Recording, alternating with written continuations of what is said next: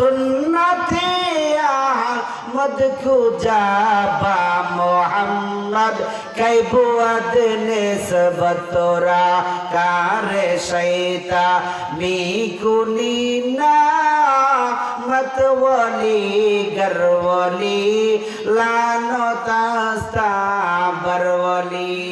আমার ভাইরা বন্ধুরা, এই যে আবু লাহাবের বিরুদ্ধে আল্লাহ তাআলা নিজেই বদদুয়া করে সূরা নাযিল করলেন, আর প্রতিফলন হিসেবে বদর যুদ্ধের 7 দিন পরে আবু লাহাবের গায়ে মহামারী বড় বড় ফোঁড়া আল্লাহ তাআলা সৃষ্টি করে দিলেন। এই ফোঁড়া ফাটিয়া দুর্গন্ধের কারণে আবু লাহাব আর বাড়িতে থাকতে পারে না, সবাই বাড়ি থেকে বের করে দিল। আবু লাহাবের স্ত্রী কোনো কাজে আসে না, সন্তান কোনো কাজে আসে না। আল্লাহ তো আগেই বলেছেন আমার গজবে ধরলে সন্তান আদি সম্পদ কাজে লাগবে না। গজব যখন ধরেছে এবার সন্তানের আর দেখতে পারে না, স্ত্রী আর দেখতে পারে না, বাড়ি থেকে বের করে দিয়েছে।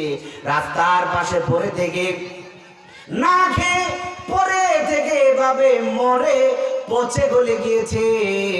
পাশের গ্রামের লোকেরা এই রাস্তা দিয়ে আসা যাওয়া করে, লোকেরা বলল, হে মক্কার লোকেরা, তোমাদের এই লোকটা এখানে মরে পচে আছে, তাকে এখান থেকে সরাও, রাস্তাটা ক্লিয়ার করো, আমরা যাইতে পারতেছি না।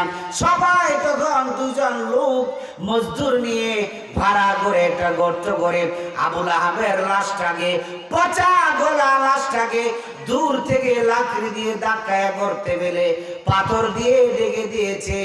আল্লাহ দেখাই দিলেন, আমার নবীর বিরোধিতা করলে, নবীর সাথে দুশমনি বেয়াদবি করলে ফল দুনিয়াতে এমনই হবে, সন্তান কাজে লাগবে না, সম্পদ কাজে লাগবে না, এমনকি তোমার কোনো সহায় সম্পদ কাজে লাগবে না। আর নবীর সাথে বেয়াদবি করার কারণে তার সন্তানকেও আল্লাহ গজব দিয়েছেন। তার স্ত্রী যখন শুনলো সূরা নাযিল হয়েছে,